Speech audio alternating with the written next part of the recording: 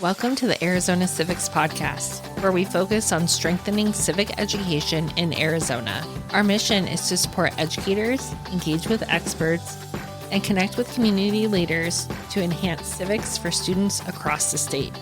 We're excited to have you tune into the podcast as we elevate civics for educators and students in the Grand Canyon State. Along the way, we'll be joined by some longtime colleagues and friends, along with some new friends who share our passion for civics and Arizona. I'm your host, Liz Evans, Program Director for Civic Education and Outreach at Arizona State University's Center for American Civics. Let's work together to make a difference and inspire the next generation of citizens.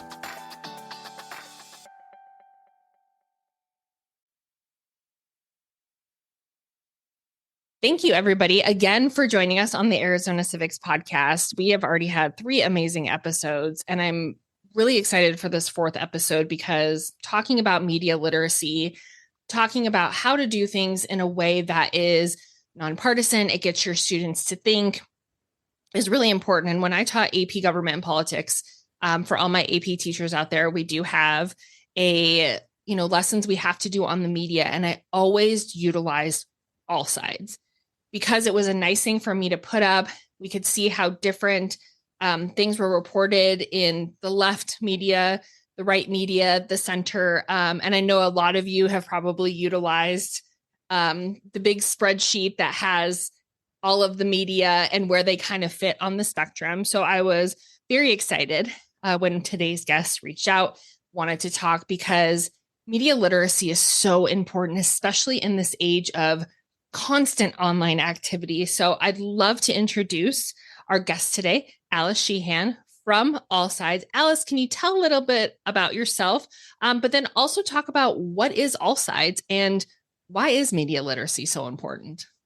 Absolutely. And thank you for having me, Liz. I'm really excited to be here. I found AllSides myself in 2020. And I was trying, I usually read sort of New York Times and Denver Post. I'm in Denver, Colorado. And I got the sense that I wasn't really getting the whole story from the New York Times. So then I started, especially my family's in Missouri, and they were saying very different things from me. And so I started looking at other sources. Anytime there was a big story, I'd kind of see, like, what is Wall Street Journal or what's Fox News saying about this? Um, to start to kind of piece together the fact that people are saying wildly different narratives about something that happens. And then I found AllSides in 2020, and I thought, this is great. This is saving me a lot of time. I don't really want to be a news junkie, though I think I was kind of headed down that road, but I want to be informed, you know?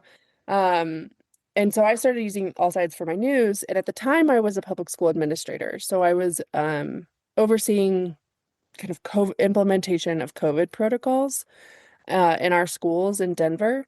And after we sort of emerged from the pandemic, I took a break from working in schools and was sort of looking for something new to do.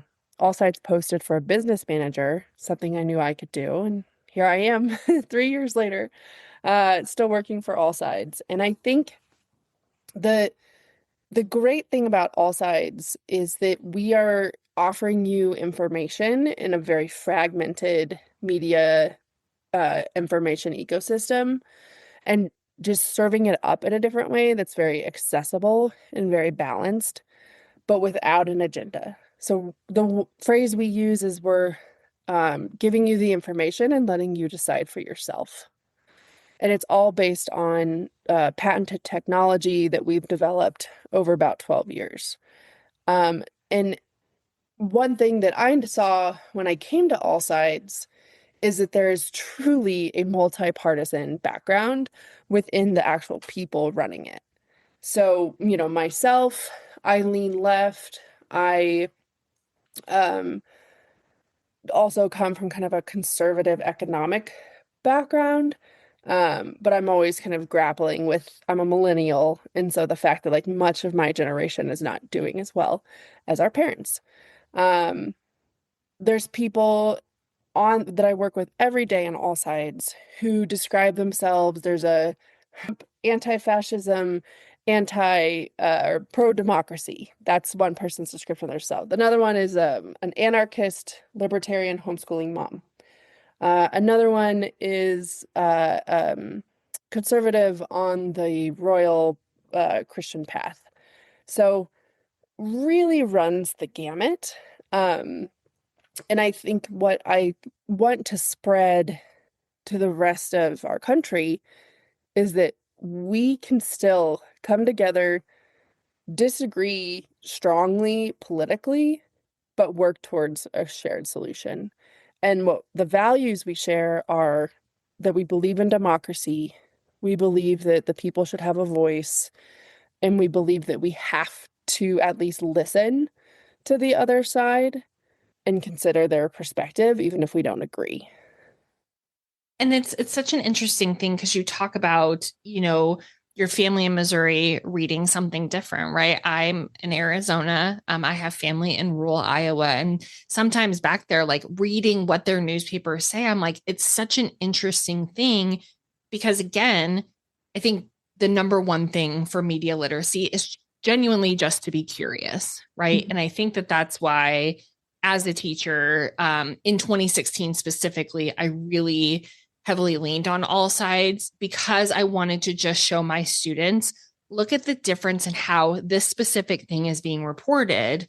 Why is that important? Like Yeah. why do we, need to know these? So for example, on your site right now is talking about the Colbert show being canceled and Mhm. how the center is talking about it, the right and the left. And one of the things I really appreciate about your website too is it has a code on it, so there's two lefts, a center, and two rights, so you can kind of see the left and the right extreme. But again, it is very much like you said, we don't have to go looking for all of this. It literally exists on one site, and you don't have to be a teacher. You can Yeah. just be somebody who's like, I'm really interested to see how deportations are being presented in the media, how the Columbia University settlement is going. There's so many different things, and building this habit of looking at multiple perspectives. And we all know looking at perspectives that are not yours helps strengthen your own perspective, because Mhm. not only do you know what you think, but you know why you disagree with, Yeah. people on the other side, whatever that looks like. So why is it so important, do you think, that we have our views challenged and that we don't stay in this kind of ecosystem that, you know, of words that we make us feel good or make us feel like, see, I was right because everything I'm reading leans toward that? I think especially as we sort of mature as human beings, one of the realizations that I hope we all have is that none of us holds the absolute truth on the world. I can remember I was raised Catholic. I'm still Catholic. And I went to a summer camp that was very, I think, Baptist in nature, but definitely not Catholic. And in fact, the kids I went to summer camp with, and even my counselors, found Catholicism kind of threatening. It was like, why do you worship Mary? And why do you, do all these things? And, it kind of gave me pause because like, I don't really worship Mary. Like, what? Mhm. That's not really my experience of Catholicism. Um, and, but it gave me an opportunity, like them asking me questions of their perception of Catholicism and not me being like, well, that's not quite right. Like, that's kind of an extreme. Maybe some people do, but not anyone that I know. And then also being able for them to challenge me about some of my beliefs and be like, and have to explain them clarifies my own thinking. And at, for the kind of Catholicism that I was brought up in, was something that was a very much uh, prioritized questioning what we were learning. And this idea that, you can kind of follow the rules at the beginning of your life when you don't know much, and it's helpful. But then as you mature and get older, you need to challenge those rules in order to really become who you're meant to be. So, uh, that kind of upbringing and having those experiences, I think laid the groundwork for me on everything else outside of religion, of, okay, well, you're telling me this one perspective, but it's not the absolute truth. And what do these other people think that come from wildly different backgrounds? Um, what do they think on this? And that's why I think it's important to seek out multiple perspectives. And where AllSides comes in, we're not, we don't have a media literacy framework. There's really, really good ones out there with Mhm. really snappy, easy to remember acronyms, that I'm sure many of the teachers listening to this know. One of my favorite curriculums to pair with AllSides is Project Look Sharp. They have really great lesson plans. We don't offer a lot of that because A, it already exists, and B, it's more about, we think it's the experience Mhm. of AllSides that gives you helps you be more media literate. Um, so we're very focused on experience, on habit building, on introducing students to, the concepts of critical thinking and asking, the questions about what's the agenda of this writer, who's funding them, etc. But then how do you actually do that in your day to day as a busy person who has a life? What we don't want them to do is just avoid the news because it's depressing. Um, so finding an actual habit that works for them to read the news in a balanced way, is where AllSides comes in. And then the other piece I would say that we focus on is being accessible. There's a lot of data that we could add to this. Um, who are the funding sources? Where, if you know of ground news, that they sort of take more of this approach of like you have this one thing and then there's all of these different data points around it. And there's utility in that, certainly. And it's helpful to have that information aggregated. In our experience, people find it overwhelming and less accessible for their day-to-day use. So Yeah. we've worked hard, and it actually is hard to not let it get cluttered, Mhm. um, with a lot of different data points because it is all out there. And to really edit it to here's what we think is most useful to just the average news reader, not news junkies, but like the average person. I appreciate that you say like stuff already exists, right? Like I'd like to give a shout out to the National Association for Media Literacy Education. I was part of Yes. their cohort. Like Yeah. they have amazing lessons, and I will link everything that is mentioned here. Um, and I appreciate too that you're like, we could do all these extra things, but it is like more information isn't always great because I'll be honest, there have been times where if I were to get on a site and there's so much information, I'm not interested. Like I can't have the brain Yeah. space for it. But, having the ability to just look at something and say, here's what it is. It's interesting that you bring up growing up Catholic. I also grew up Catholic. And Oh, so if you and I were having a conversation about like growing up Catholic, we might find a lot of similarities. We might find some differences. But we also, if the only person we talk to is each other, we become in this echo chamber where we just, you can assume, well, everybody knows what a Catholic is. Everybody knows what, we do, whatever else. And it's not until you have it challenged, right? Have kids, everybody, because then they ask you, like, why do we do this? Why do we do this? And I love that. That's why I became a teacher.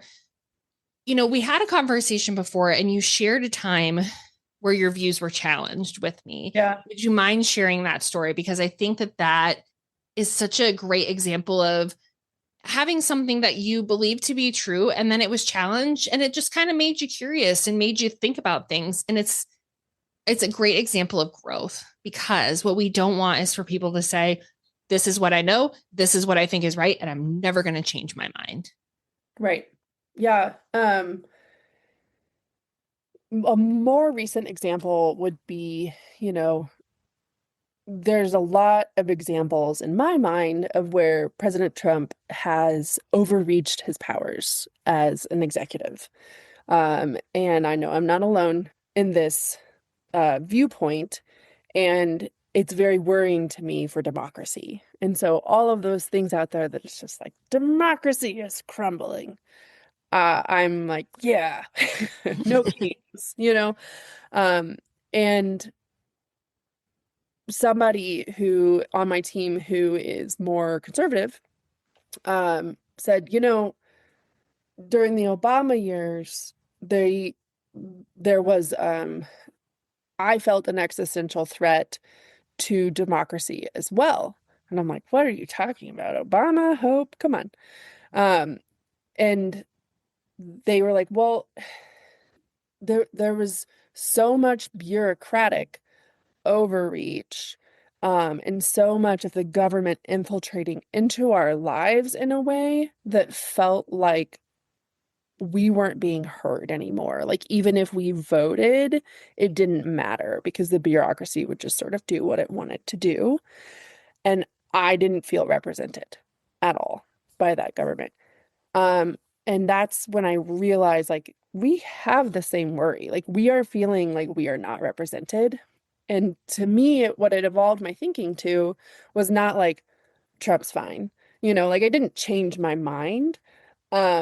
But I did think, one of them, and actually this was someone who's very conservative, and we came to an agreement on this. One of the most important problems today is that our politicians have for the last 20 years had gotten about a 50-50 split when it came to the national vote. None of them have gotten a supermajority from the electorate, and they are acting like they did. And they are forgetting that half of the country did not vote for them. And that to me is one of the major problems right now, is that our politicians are doing like a winner takes all approach rather than, all right, I won. Now let's broaden the coalition, open up, get a bigger umbrella here and figure out how I can serve all Americans. They kind of give it lip service, but they aren't actually doing it. And so, and my colleague was like, 100%, I agree with that. And that was really eye-opening for me. And I think if we hadn't had this culture at AllSides where if someone says something that's not only do I disagree with, but it's a little threatening, instead of being like, ugh, and getting emotional about it, being like, I know this person, I respect the work they do. Let me think about this. Um, that culture has really helped me get to like more kind of root cause thinking, which anyone that's worked with me in any job, I love root cause thinking of asking why multiple times to try to get to the bottom of what's really going on. Well, and I think that's the great thing about the American political system, right? Is that they're, like you said, like you're like, well, during the Trump administration, I feel this. And your colleague's like, well, I felt like that during Obama. And it makes me wonder, like, if we went back far enough, like, would we find groups of people in every administration that were like, I felt this way, or I was nervous about that? And I love and so appreciate that the conversation was not the politician themselves, not necessarily the parties themselves, but more what is the actual issue we're looking at? We are Yeah. both feeling at some point we were not represented. And that's the scary thing. And it almost takes, I think one of the hard things, especially with the continuous news cycle, right, is everything feels so important all the time. And it gets to be so overwhelming that like you said, it stirs up emotions Mm-hmm. instead of stepping back and saying, well, I wonder what other administrations have done this. I wonder how that has turned out. I wonder, how my friends on the other side, um, one of the big things right now is it tends to be, I'm noticing through the news, through politicians, is the finger pointing. Well, this side's doing this and this side's doing this. But it's like, but as a whole, we're a country. So how does this look? What are some things that we can look at and say, it's not a person, it's not a party. This is a common issue. And honestly, it just depends what side people fall on, that they're either going to feel represented or not. And what a cool culture to work for, to have like, those are hard conversations. Those are not conversations that everybody can have in their workplace, right? Or maybe even know how to have. Like I'm thinking people who are going home for Thanksgiving and they're like, you know, Thanksgiving tends to be a quote unquote popular time to talk politics, which to each their own, but having conversations and wondering, like, why do you think that? Where did that come from? Right. When you're talking about Catholicism, that's interesting. We don't do that. Where did that come from? Or, like you said, that's actually a really extreme side. That's not that's not what a normal everyday practicing Catholic does. Well, and I think the key is to resist vilifying the other side. Um, I did this conference called Frontiers of Democracy, and they was talking about what we're doing with AllSides, but what was interesting is I listened to a panel where there was a guy there, a peacemaker from Rwanda, who was had devoted his life's work to preventing another genocide in his country. And he sort of explained how they got to that point. And that was fascinating. It was like 600 years ago, a king had made these two groups, the Hutus and the Tutsis, and for a good reason. I'm not going to try to explain it again, but the king had good intentions in mind. And then fast forward, and it started to be used as, have you ever read the book The Sneetches by Dr. Seuss? Dr. Seuss, yes. I think about that book a lot because it's like who has a star in their belly and who does not. And that defines who is in and who is out. And that's how these two kind of fairly arbitrary titles started to be used in this culture. And the hate was slowly and methodically built up, that by the time the violence happened, people weren't all that surprised. And what I see in our culture is the beginnings of that. There was a TikTok video right after Trump was elected that really disturbed me. And it was a young woman walking around her neighborhood, and she meant it as a joke. So generally I'm like all in on jokey things, but this one bothered me.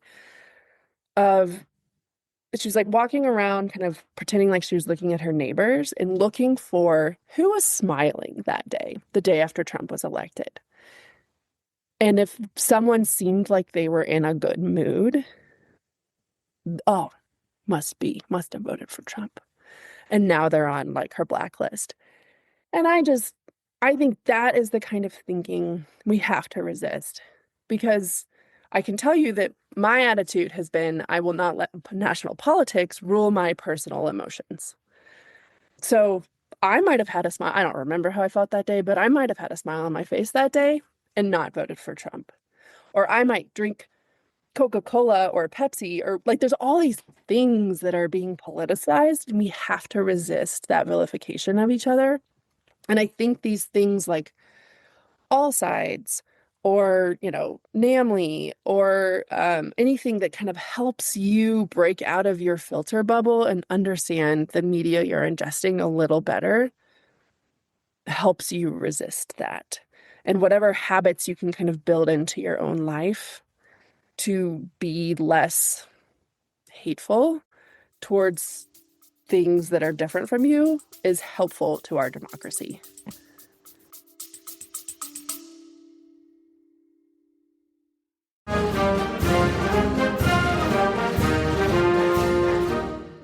Think civics is boring? Think again. Civics in a Year is the podcast that answers 250 questions about how American government actually works. No textbook required. Each episode is about 10 minutes. Fast, smart, surprisingly fun. Perfect for your commute, your coffee break, or when you're avoiding emails. Search Civics in a Year wherever you get your podcast, or head to civicsinAyear.buzzsprout.com. Go ahead, get smarter in 10 minutes.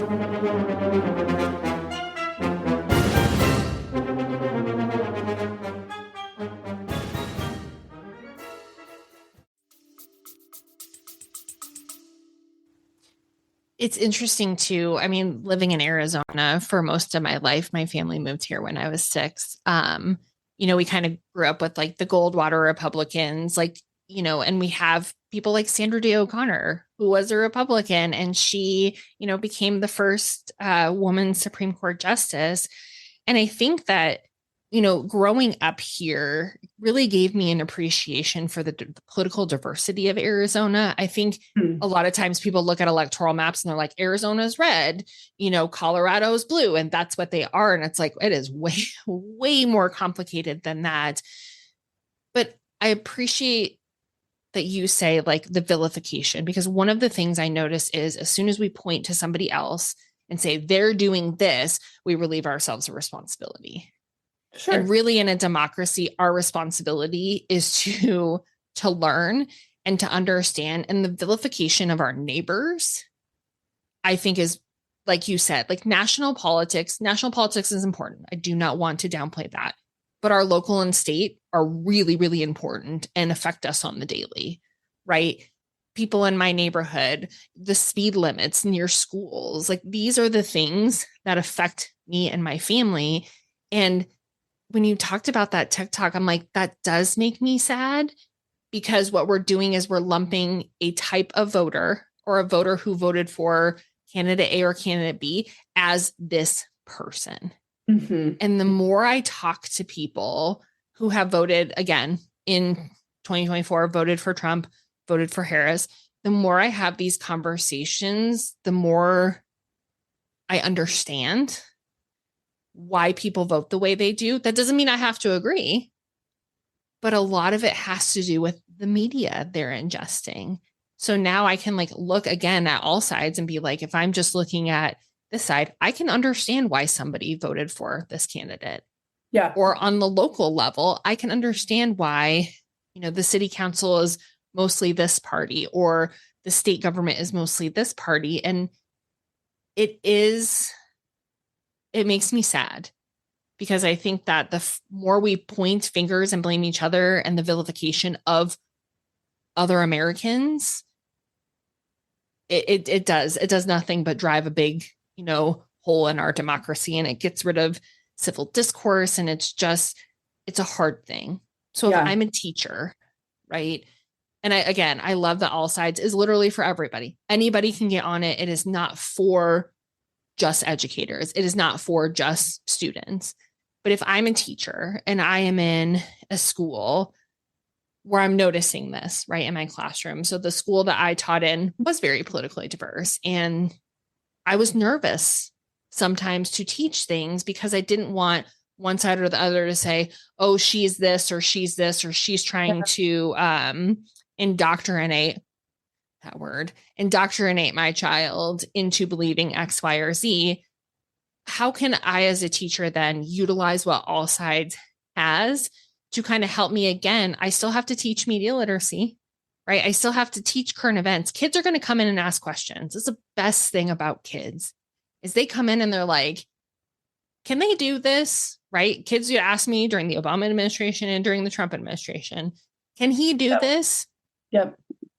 We're talking about current events. If I'm a teacher, how can AllSides help me to kind of navigate this process? Well, and um, so I would encourage anybody who's out there that's a teacher to just first start using AllSides for yourself. There's an app that you can download that's free, where you can scroll the news if that's how you like to get your news. There's a newsletter you can sign up for if you want to just get a little briefing every morning or once a week on kind of here's what's going on.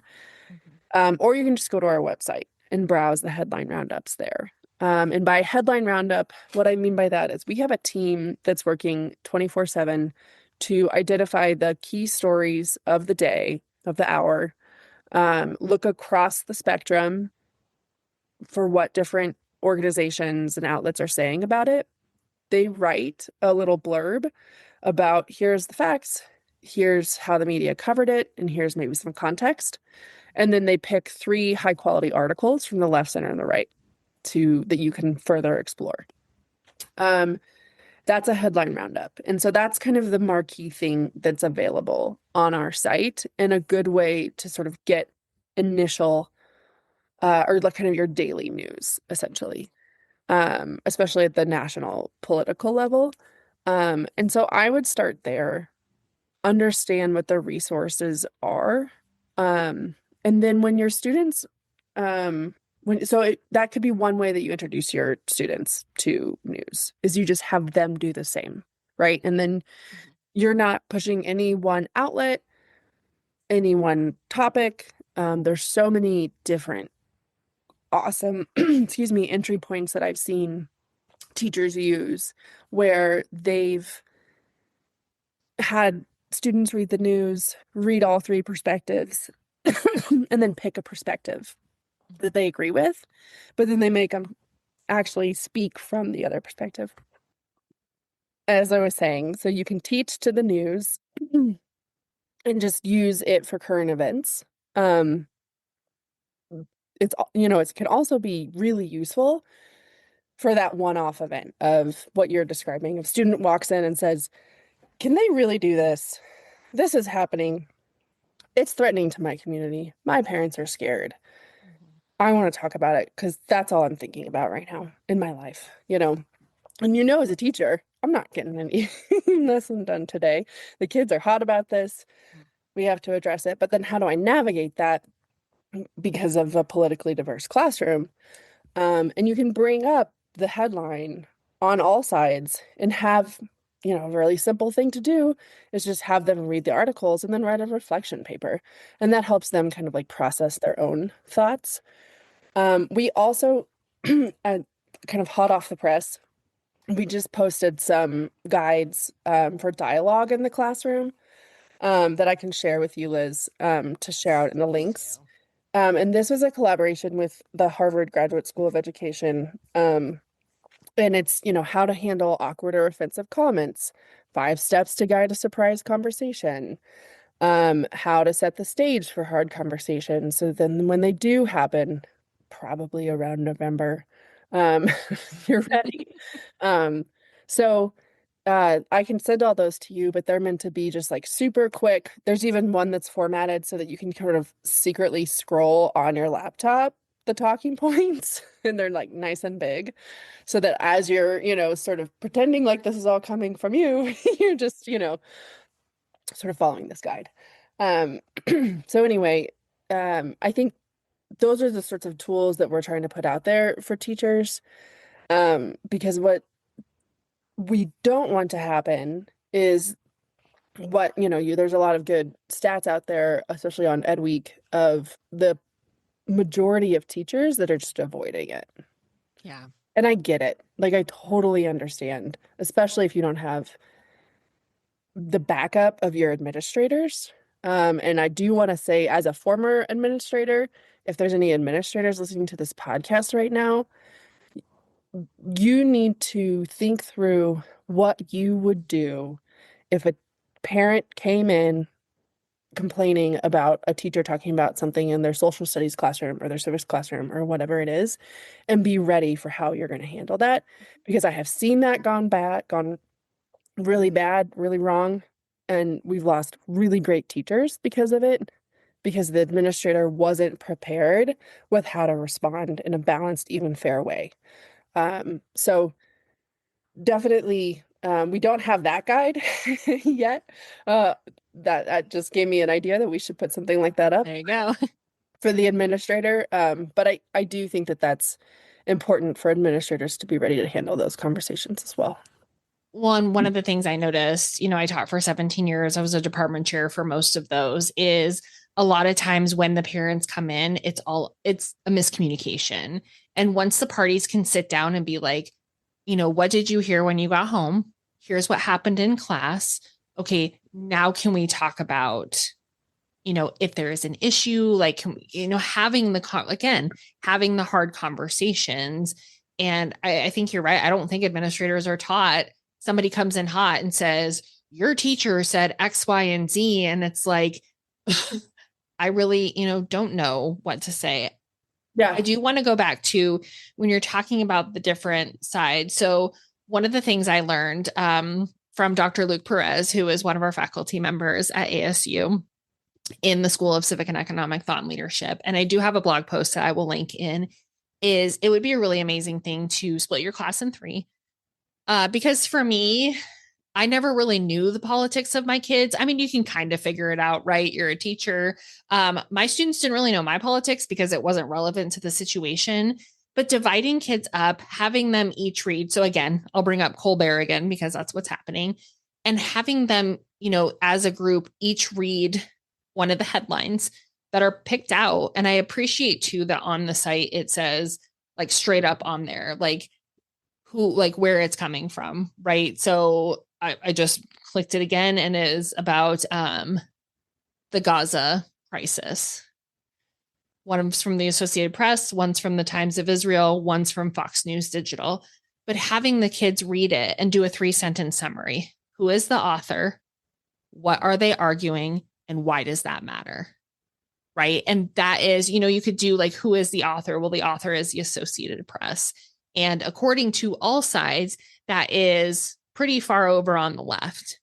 Fox News says XYZ. And according to AllSides, they're pretty far on the right. So why does that matter? And it'll help facilitate a conversation with your students of why are these different? Because at the end of the day, media is a business, right? They get money based on the clicks.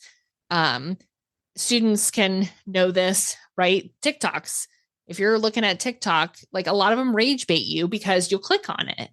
It's a behavioral thing. And if you have students too that are like, oh, I don't care about the news, because you always have kids that are like, why does this matter?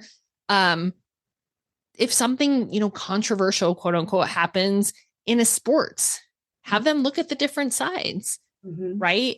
If it's the NBA or like the WNBA, because they just had their all-star, like the way things are reported are so different, but having these conversations with them are so important. And one of the things too, I have literally I've used for 9 years is on your website under media bias, there is a chart that kind of shows us where these, news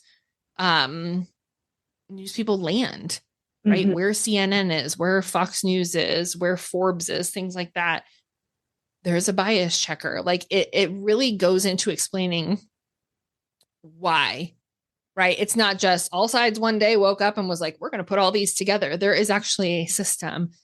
And talking to students about why that is important and looking at our bias. And I do want to say, I always really tried in the classroom to say bias is not a bad thing, right? I am biased to the place where we get our pizza, right? I'm not really open to where we get our pizza. We get our pizza from a certain place. I like it. Great. That is a bias. Yeah. I have a bias because my family, again, is from rural Iowa. I understand the farming community. I have a bias in what football team I like, or like you said earlier, Coke over Pepsi. Like biases are what make us people, but also recognizing that if I'm in a group of people and we want to order a pizza, it has to be a conversation. Because not everybody is going to have the same bias I do. Again, as a educator, I loved the media bias section of the site and would use that chart all the time. And I see it floating around on Facebook. I see teacher groups talking about it because it's a great resource, not just for teachers, but for everybody. And I definitely have looked at it and gone, oh, wow, I do read this exact same thing every day. And maybe I should try to read something on the other side or something that's more center just to get different information so I'm not in my own little echo chamber. Yeah, and I want to double down on what you said that, bias is just inherent to who we are as humans. It's not bad. What's bad is when we pretend like there isn't bias or we kind of conceal it. And so we talk at AllSides about like we are revealing the bias of these outlets. People are probably wondering like how we come up with those ratings. And especially the ones on the bias chart, there's multiple methods used. We look at 16 different types of bias. We do actually have a whole lesson plan and guide on this on our website if someone wants to deep dive into it. Another entry point for students is that they go analyze and come up with what they think the bias is of an outlet, and then they compare their own analysis to AllSides. That's always kind of an interesting exercise to do if you're really getting deep into the media literacy. Um, but we so we scan for these 16 different types of bias, and then we use two different methods. So one is actually using experts. So we have a politically diverse set of people, usually 6 people, that review the content from these outlets, and then provide a rating. And I emphasize content because we're just looking at the the output from these Mm-hmm. places. We're not analyzing where is their funding, who owns them, where are they located. Like it's just pure content is what we are focused on. Mm-hmm. Um, and then we also do what's called a blind bias survey.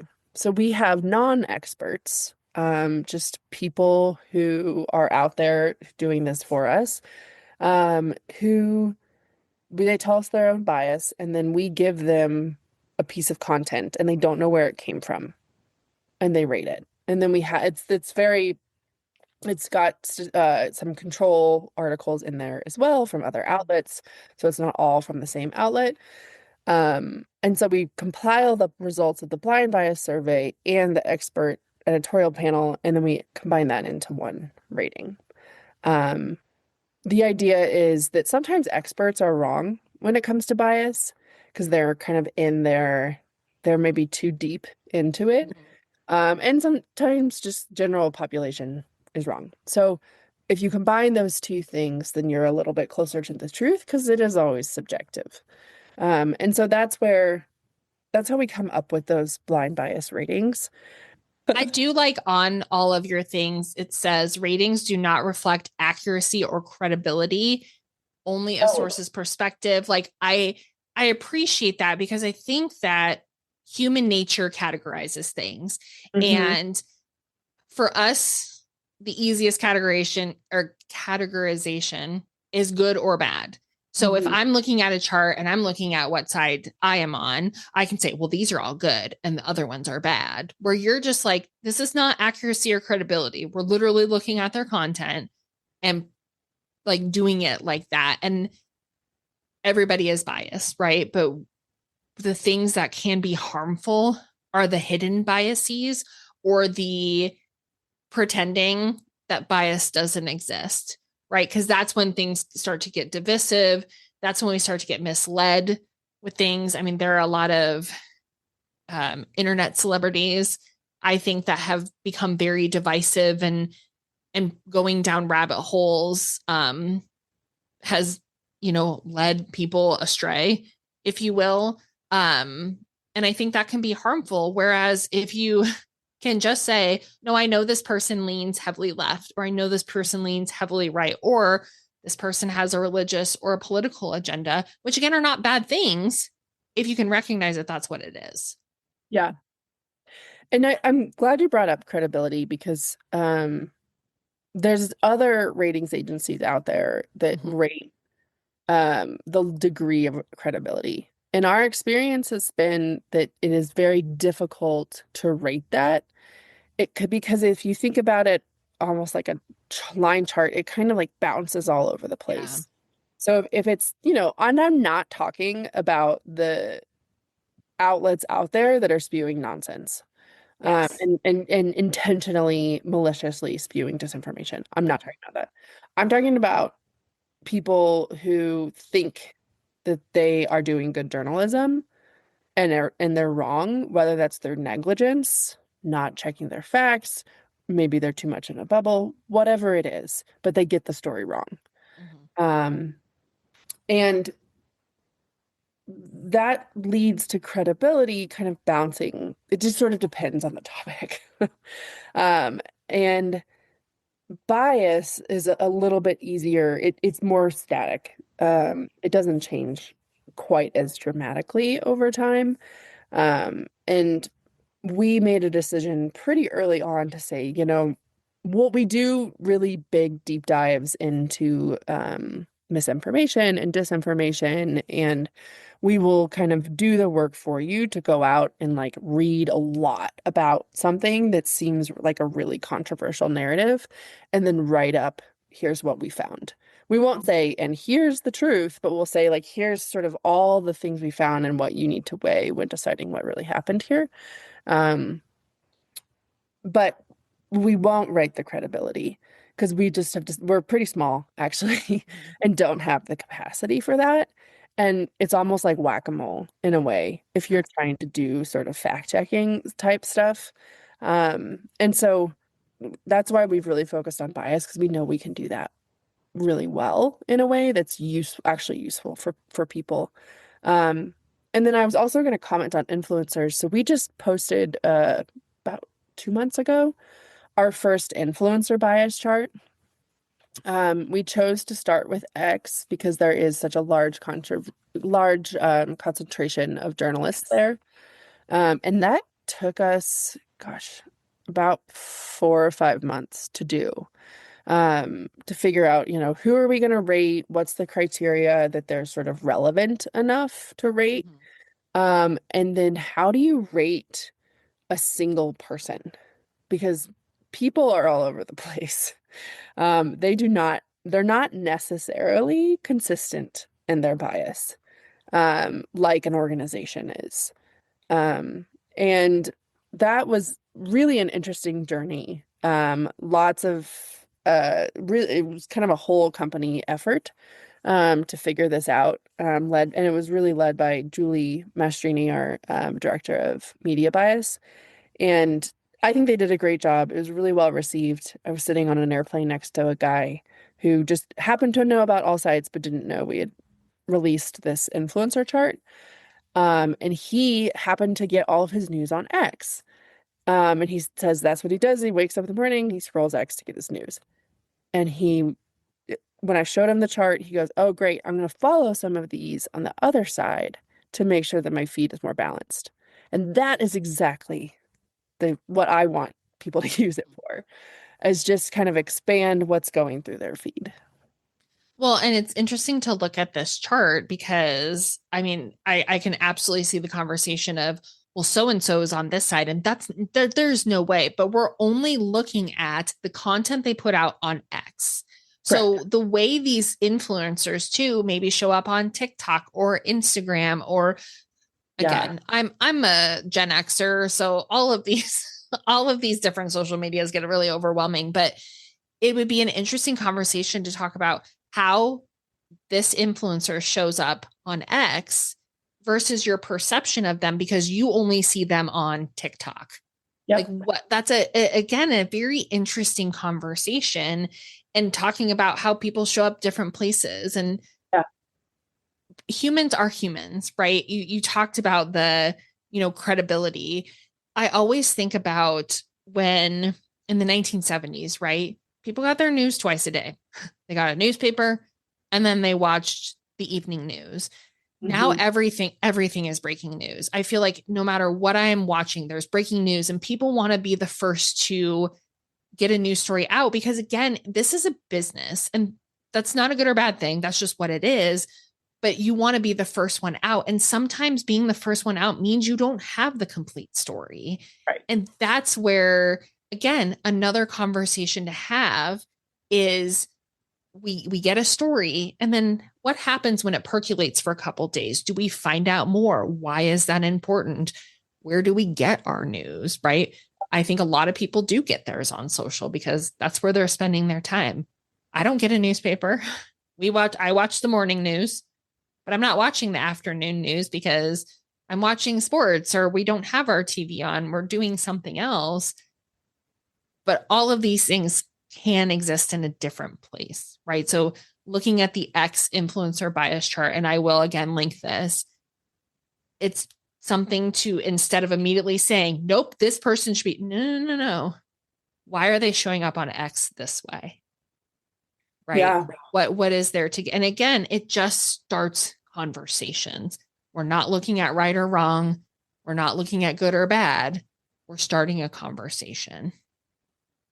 absolutely. And we are going to go there. and look cross-platform, because you're right, they show up differently, and it's super interesting. In the same way that when we first started with traditional news outlets, seeing the different headlines from the outlets was really interesting.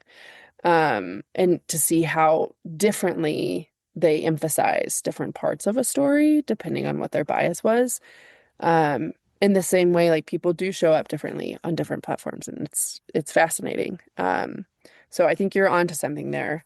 Um, and then, what we haven't even talked about yet is AI and the fact that we don't even know if some of it's real, right? Um, and that is something we have been absolutely grappling with. How do we use technology to combat technology in a way? Mhm. And thinking about how can we help people identify if the probability that something is real? Um, because you'll never be sure, but there are ways to sort of say, like, this is 90% likely to be AI or 90% likely to be real. Mhm. Um, or 50-50. It's Yeah, anyone's I'm guess, not sure. you know? So that's, maybe something that we could do in the future, that I think would be really useful for people. But right now, definitely a sort of being very critical of anything that you see out there. I took a quiz that a news outlet did on, like, is this AI or not? And I only got 60% right, and I went in like, oh, I'll be great. It was tough. Well, because it's so new and they're asking you to look at something in a snapshot. Hmm. Whereas, and I know the one of the things I really appreciate about All Sides is you guys aren't just throwing things out to throw them out there. Like we talked about this ex influencer bias charts months ago, right? You're really taking time and creating things that have research behind them. And it's not just throwing things up for the sake of doing it. It is intentional. And I think when we talk about misinformation and disinformation, and for listeners who don't know the difference, misinformation is wrong facts. Sometimes, most of the time, like accidental, not on purpose. Disinformation is purposefully representing something incorrectly to sway people. Well, and there's always a truth within Yes. disinformation, and that's Mhm. what makes it so dangerous. Yeah. There's this group we worked with, Military Veterans for Journalism, I believe, and VFJ, who recognizes that veterans are being targeted for radicalization on social media, and they are trying to come up with different ways to intervene on social media and help people not go down that path. Um, and so there's definitely it's pretty dangerous out there. The other thing I would really encourage teachers. So, there's all sides, there's media literacy, there's really thinking critically about the information you're ingesting. But there's also, and we started to go into this with, like, where are you getting your news, of Mhm. what are your information habits? What are your habits on your phone or your TV with how much and how often you're taking in this information? There's this great teacher that was on our advisory board for All Sides and now has started this group called Disconnect, in Milwaukee. And she it her approach is incredible. It's really helping students rewire the relationship with their screens so that they can have a healthier life, but then also teaching their community how to do the same. And the method that she uses is convening them in groups. So she did this with her students as a teacher, found that it was very successful, very popular with the students, and so she's trying to spread that to everyone. And it really uses the approach of setting goals, reflecting on those goals, sharing experiences, listening to other people's experiences, and then giving alternatives. So the last 20 minutes of every meeting, they do what's called handiwork. So essentially, it's just crafts. It's whatever you want to do. Um, but the kids learn that you get kind of that really nice, calming dopamine release and anti-anxiety by doing things like knitting and jewelry making and, whatever it is that you want to do. I have behind me, I do botanical illustration to calm myself down. So anything you can do where you're sort of creating with your hands in a way that feels good to you is an excellent antidote to phones and the anxiety that our phones give us. And we will have Kat on because I've had a conversation with her too. And I actually have noticed that the times where I tend to be on my phone the most actually switch to embroidery because I love to embroider. I, again, have some behind me.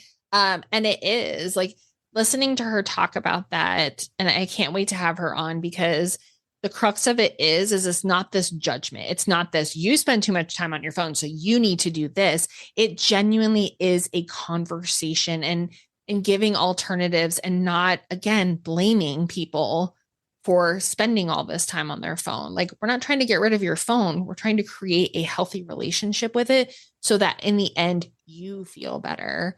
Yeah. And I love that. Is there anything else that we missed that you want to make sure our listeners have before we leave? Because I honestly feel like we could have a 5-hour conversation about this. The one thing I do want to plug, and I'll send you the link for this, Liz, we have a journalism contest coming up.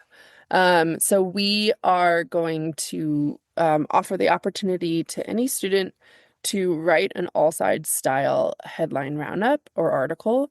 And there will be 3 winners. They'll each get $500 and the opportunity, if they would like, to be published on AllSides. And so please, I invite you to have your students participate in this. It's a great classroom exercise to just have everybody do it. We did something like this last year and ended up publishing a junior's article on our site that was just awesome and brilliant. So I'm excited to do it again this year. And I would encourage any teachers to check it out. Absolutely. And again, we will link this in our show notes. If you follow the Center for American Civics at ASU, we will be tagging AllSides. We will be sharing their stuff because the great thing about the world of civics is we all want to share each other's things because at the end of the day, we want to have a citizenry that understands their government, understands these things. And if they don't, they know where to go. Alice, again, I literally could sit and talk to you all day because this stuff is so interesting for me. And I think that it's always timely, right? So thank you for your time. Thank you for your expertise. And yes, please, allsides.com. There's so much information that no matter what you're teaching, or again, if you want to download the app and that's how you get your news, and then you can decide what you want to read, what a great way to start your day or end your day. Yeah, absolutely. And thanks for having me on, Liz. I really appreciate it. Thanks for tuning in to the Arizona Civics Podcast. We're so glad you joined us. Before you go, don't forget to follow us on social media to stay connected and get updates on upcoming episodes, resources, and more. You can find us on all social media platforms at ASU Civics. And make sure to sign up for our newsletter for exclusive content, event announcements, and tools to help bring civics to life in your classroom and community.